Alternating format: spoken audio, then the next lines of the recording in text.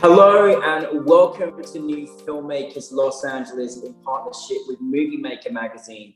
I am delighted and honored to be joined from Los Angeles all the way through to Atlanta on set with star Victoria with her fantastic movie La Ruta. But for those that haven't seen it, let's take a look at a clip. Cerraron la frontera de Nogales. Tengo un contacto fuera del pueblo. Nos va a dejar cerca de Nuevo Laredo. Y bueno, de ahí cruzamos a pie. ¿Tú crees que nos lleve a nosotros, a Carmen y a mí? Es muy bonito. Solo la primera vez. Star, so thankful that you brought your film to New Filmmakers and thank you for joining us. Thank you for having me. For those that haven't seen your film, tell us a brief synopsis. Sure. So La Ruta is about a mother and daughter from Guatemala who traverse the route of death through Mexico to get to the US border to seek asylum. And upon this journey, they meet a father and a son, and they end up traveling together. And then through the hardships of this journey, we get to see, the relationships of parents trying to get their children safely to America to seek a better life, as well as how that journey and the hardships weigh on their friendship and relationship. So Star, I go as far as saying, I think it's one of the most important films I've ever seen. I want everyone in America and beyond to see it because honestly, it's the true experience of what many people go through. And I feel so blessed that I got to see it and that you made this for the whole world to see because it's very true of what's happening. For you personally, when did the inspiration come for you, Star, in deciding to make this into a film? Well, in 2018, I started seeing all the migrants coming from Central America. It was like 6,000. And, during that time, it was a very aggressive policy to separate kids from their parents through the administration that we had. And just trying to understand why so many people would leave their country.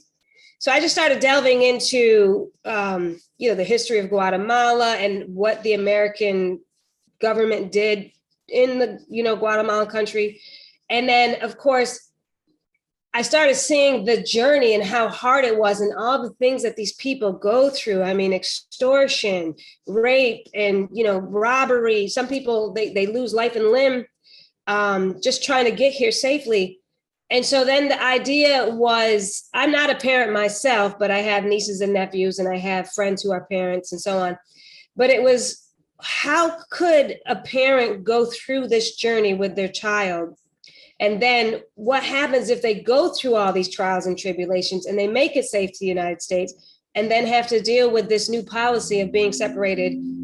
It just really weighed on me. And I really wanted to find a way to tell the story so that it was emotional and it was heartfelt, where the audience felt like they were going on this journey with the characters, so that towards the end of the film, they really felt and understood what those people have to go through to get here. And hopefully it'll open up some dialogue with people and they'll help to make the transition from Central America to America for a lot of these migrants easier and better, and obviously try to help bring back the families that were separated during this time. Yeah, I mean, I couldn't agree more. And I think people don't know, they should know what one goes through. It's a horrific journey. I was so impressed with the way that you directed this and your incredible cast. The stakes are high in a film like this. Mm-hmm. And I'm just, for you personally as a director, like, how did you approach this with your actors? And I just thought your actors, you have a child star in there who's so wonderful and just a brilliant cast all around. What's your kind of approach? Because it's a sensitive subject and there's a lot at stake as well. True. There's definitely a lot at stake. It's interesting because the young girl who starred in the movie, she did not know how to, I don't want to say she didn't know how to speak Spanish, but she only knew a little bit of Spanish. So she really wanted can I start again? Okay. So it definitely was interesting on how I went about casting it, as well as dealing with the talent on the days and trying to help them find the right emotion. It's a very heavy movie. And so our young actress, she auditioned, and they drove up from Nevada, I believe it was. And she did not know how to speak Spanish, really. She was born in America, so she only really knew English. But she wanted the role so badly that she was great. She went home from the audition and she just literally worked hard. And then she sent me a text message with her audition, because she had her grandmother teaching her the Spanish, and she did all that. And it was just amazing. So to see the dedication, I had to choose her. I mean, she was just perfect anyway. You know, she's small, she was little. She really made the movie heartfelt because, you know, being that she's young and being that she's small, and you think about, you know, her petiteness and having to go through these hardships of this journey, and then to see her have to have like the strength at certain times with her mother, when her mother's kind of feeling like she's breaking down. She was amazing. And then as far as my lead, we really had to talk through the very heavy emotions of the scene, because as you saw, there are moments that become very, very emotional. And one of the moments, I mean, she was just so over emotional, and I just had to take the time to just spend some time with her and, you know, rub her back and just kind of get her to understand that I was there for her. I wasn't a director that was going to leave her in this emotional state and just go on about the next scene. You know, I really wanted to take the time. And I also hired somebody who I call an emotional coordinator. She is basically somebody who was a stunt coordinator, who was also an intimacy coordinator. And she helped me during those emotional times to prep for the emotion, the mental state with the actress, to make sure that she was prepared for what she had to go through. She was there on set when we went through the emotional moments, so that in between she could step in and also help to talk her out of these heavy emotions. Because when you ask an actor to go there, sometimes they really go there, and they're bringing up stuff from their past that are really taking them down this dark, you know, hole. And so I needed somebody to help me, that I felt comfortable with, to help bring my actors back to understand, you know, that they're here with us, not there where they just took themselves, if that makes any sense. Star, you're such a caring director. I wish every director was like you. I really think it's wonderful that you went to the depths, because it was definitely needed, and I'm glad that you did that with your actors and took that care and that time. Now, one thing I was thinking about you and anyone in your producing team, I was thinking this did look like the high desert, and I was like, what was production like? Was it as hot as it looked? And how was production? And was there any kind of challenges that you faced in making the film, either before, during, or after? Yeah, absolutely. So we were in the desert, and this was the Redlands in California, and it was definitely hot. My young actress, Lydia Martinez, I was concerned for her because she's very young, but we had a great crew. We had everything available for them to keep them cool, you know, water and everything else, tents, fans, and so on and so forth. But and then my lead actress, Laura Vallejo, she was definitely, you know, wearing jeans and stuff like that. So I was really concerned about them, because they were going to be in this sun all day going through this journey. But we did it really well. We had, like I said, a good crew with a lot of water and drinks. And actually, it was really great for us in terms of the environment, because we had 2 different script days where one day they were journeying, and then they fall asleep, and then they get up and they journey again. And this is after a situation occurs where it's just the 2 of them. So I wanted those 2 exterior moments to be very different, to kind of show a transition in time. So we actually got lucky, because we shot the first, you know, exterior desert stuff on like a Friday or something like that. And so it was beautiful, bright, sunny, hot, and it was amazing. And then the next day we came back and we shot the other scene. I thought it was going to be the same weather, but actually we got blessed by Mother Nature, and it was actually windy.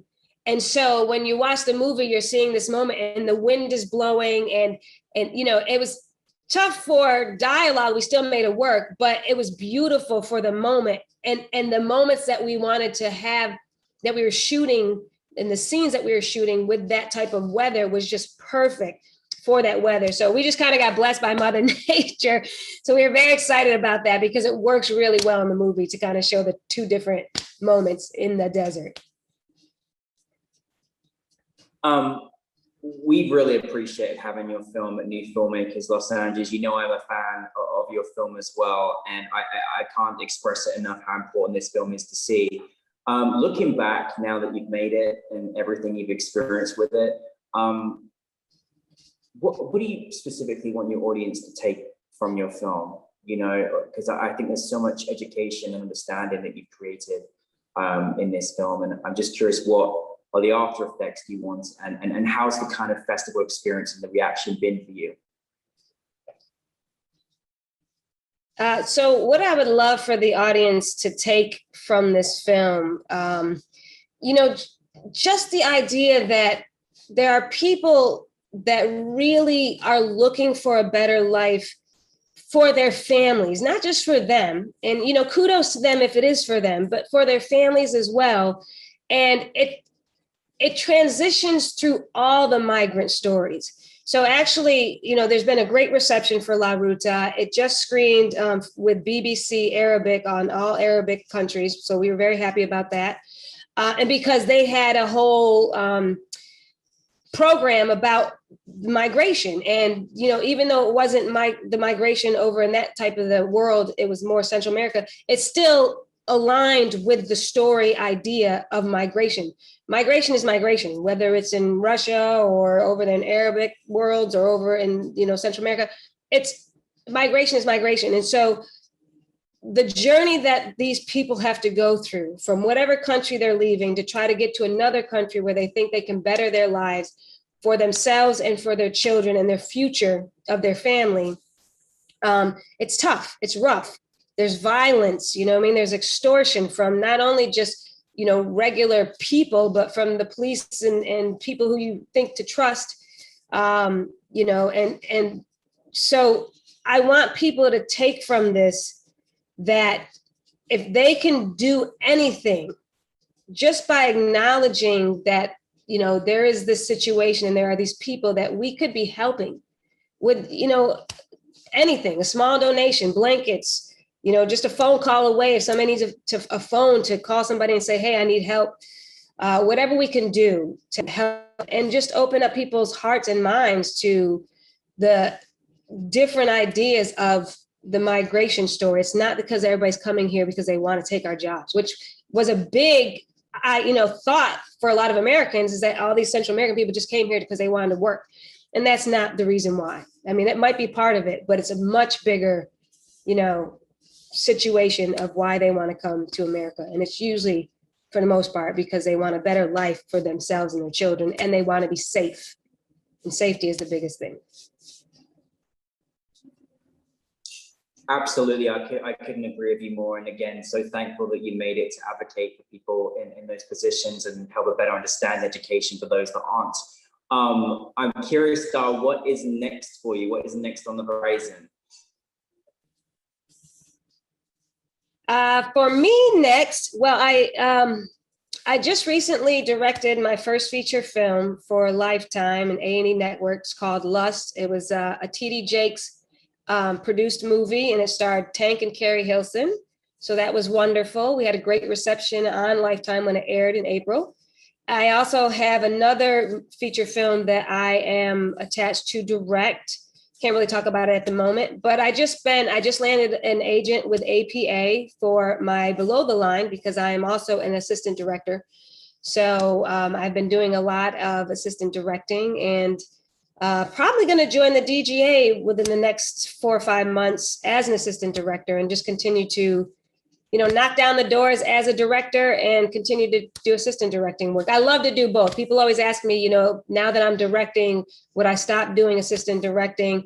And I don't think I would. I really enjoy doing both. So if I'm not directing something and I got time, I would, always enjoy being on set, helping another director get their vision, because it's a great feeling to watch somebody else finish and say that's a wrap, and and see them have their feature film in the can. It's a wonderful feeling. So well, Star, thank you so much for joining us today. It really is an absolute pleasure and honor to have you part of the New Filmmakers Los Angeles family. Thank you for La Ruta. I can't wait for it to be put everywhere and anywhere, and I'm wishing you the best successes with the projects coming up. But stay connected with us, because we adore your vision and your artistic journey you sent us on there. Thank you very, very, very much. Thank you for having me. Very, very excited to be a part of the family, and so appreciative of all the love that we've been getting for our movie. It's very much appreciated. Thank you.